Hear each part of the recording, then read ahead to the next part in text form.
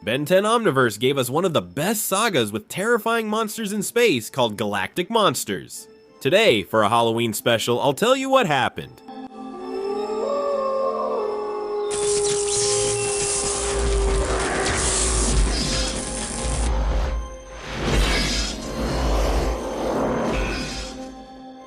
The story begins with Ben Tennyson, the bearer of the Omnitrix, whom we see not only saves the universe, he also has ordinary tasks like being a delivery guy, and not only that, he also has common problems. No, no, no, no, no, no!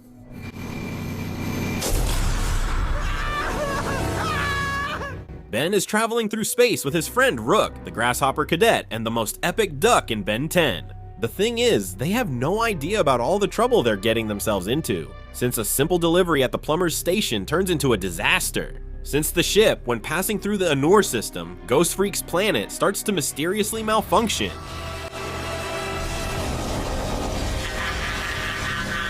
I almost made it home.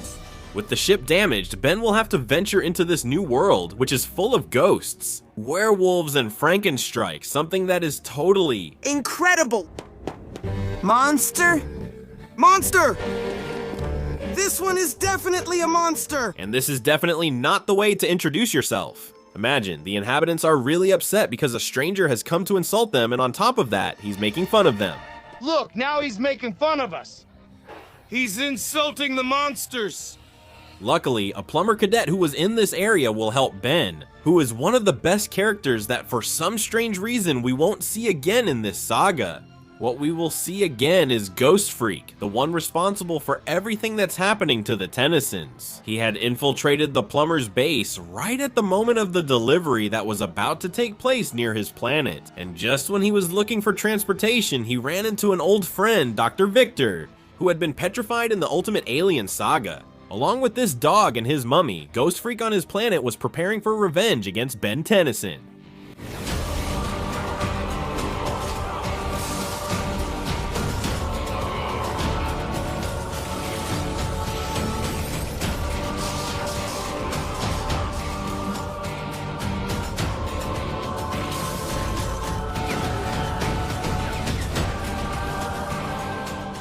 The battle between these two groups was quite intense, although the credit went to Ben's team.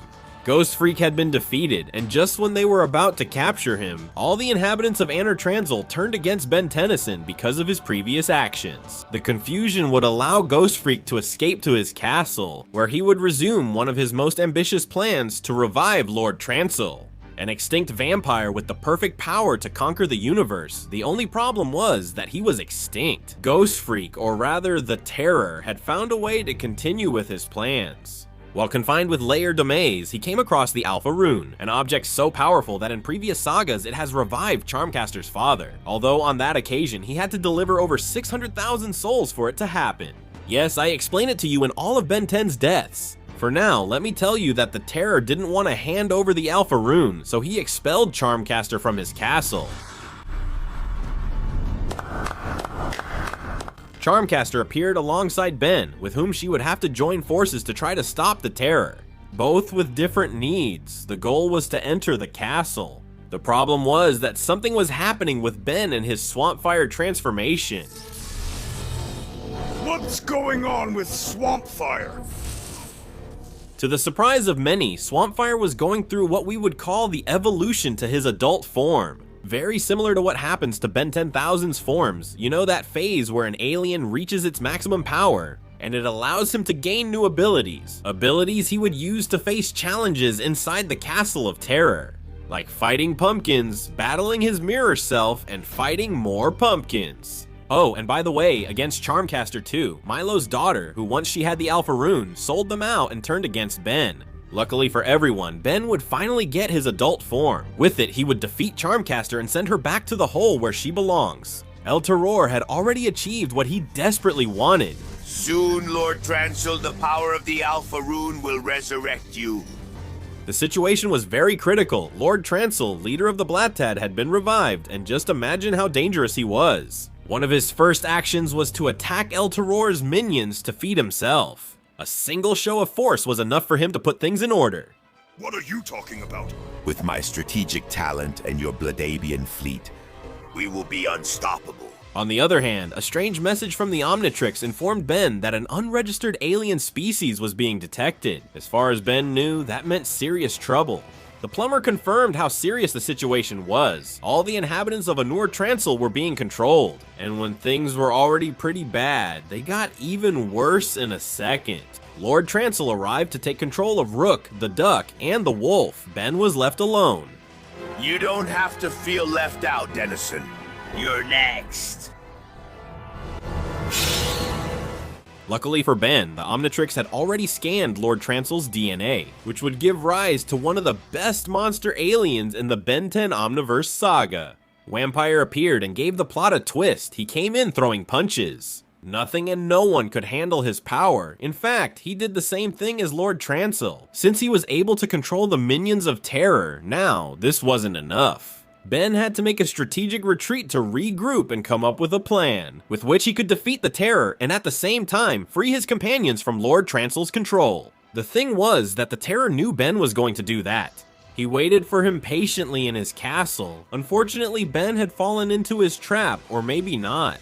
Vampire was powerful enough to resist Lord Transil's tricks. He still hadn't regained all his power, so he wasn't able to fight against another bladder.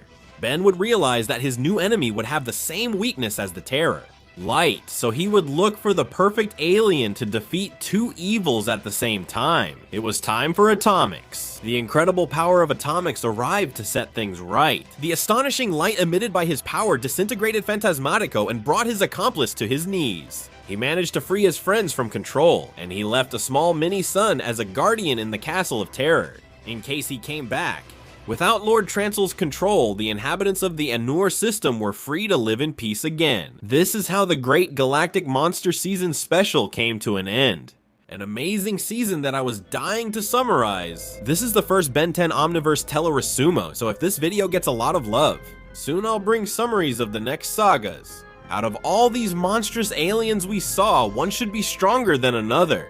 So for the next video, we'll try to figure out which one stands out above the rest. Which do you think is the most monstrous alien in the Ben 10 saga? Leave your opinion in the comments, because in the first few hours of the video, I usually reply to them. As for me, I want to give a big shout out to these people. I'm Frio, and from me, until next time, goodbye.